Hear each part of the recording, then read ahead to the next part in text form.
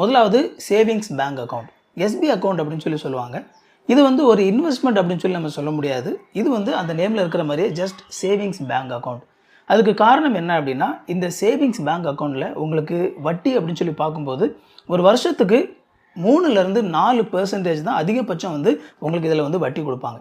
இப்போ உதாரணத்துக்கு வந்து ஒரு 3.5% வந்து உங்களுக்கு இந்த சேவிங்ஸ் பேங்க்கில் வந்து வட்டி கொடுக்குறாங்க அப்படின்னு சொல்லி எடுத்துக்கிட்டிங்க அப்படின்னா, இந்த சேவிங்ஸ் பேங்க் அக்கௌண்ட்டில் நீங்கள் 10,000 ருபீஸ் நீங்கள் போட்டு வச்சுக்கிங்கன்னா 1 இயருக்கு இந்த சேவிங்ஸ் பேங்க் அக்கௌண்ட் மூலமாக அந்த 10,000 ரூபாய்க்கு உங்களுக்கு 350 ரூபாய் வட்டி கிடைக்கும். ஸோ 1 இயர் முடிவில் உங்களுக்கு 10,350 ரூபாய் கிடைக்கும்.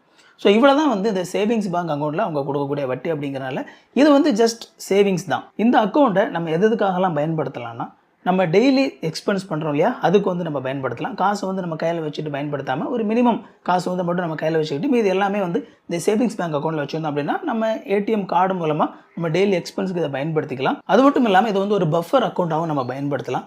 பஃபர் அக்கௌண்ட் அப்படிங்கிறது என்ன அப்படின்னா, இப்போது ஒரு மாதம் சேலரி வருது, நீங்கள் அதை அப்படியே அதிலேருந்து எடுத்து பயன்படுத்துகிறீங்க. அப்படி பயன்படுத்தாமல் ஒரு 1 or 2 மந்த் சேலரியை நீங்கள் அதிலே அந்த சேவிங்ஸ் அக்கௌண்ட்லேயே போட்டு வச்சுட்டு, ஸோ 1 மந்த் சேலரி வரும்போது நீங்கள் அதிலேருந்து அந்த மந்த்துக்கான சேலரியை எவ்வளவு வந்திருக்குதோ அதை நீங்கள் செலவு பண்ணுவீங்க. பட் ஆனால் எப்போவுமே இந்த சேவிங்ஸ் பேங்க் அக்கௌண்ட்டில் ஒரு 1 or 2 மந்த் சேலரி அப்படிங்கிறது இருந்துக்கிட்டே இருக்கும். ஸோ இதுதான் பஃபர் அக்கௌண்ட் அப்படின்னு சொல்லுவாங்க. இது வந்து ஒருவேளை திடீர் அப்படின்னு சொல்லி ஒரு நீடு உங்களுக்கு வருது அப்படின்னா இமீடியட்டாக அதிலேருந்து எடுத்து பயன்படுத்துறதுக்கு உங்களுக்கு யூஸ்ஃபுல்லாக இருக்கும்.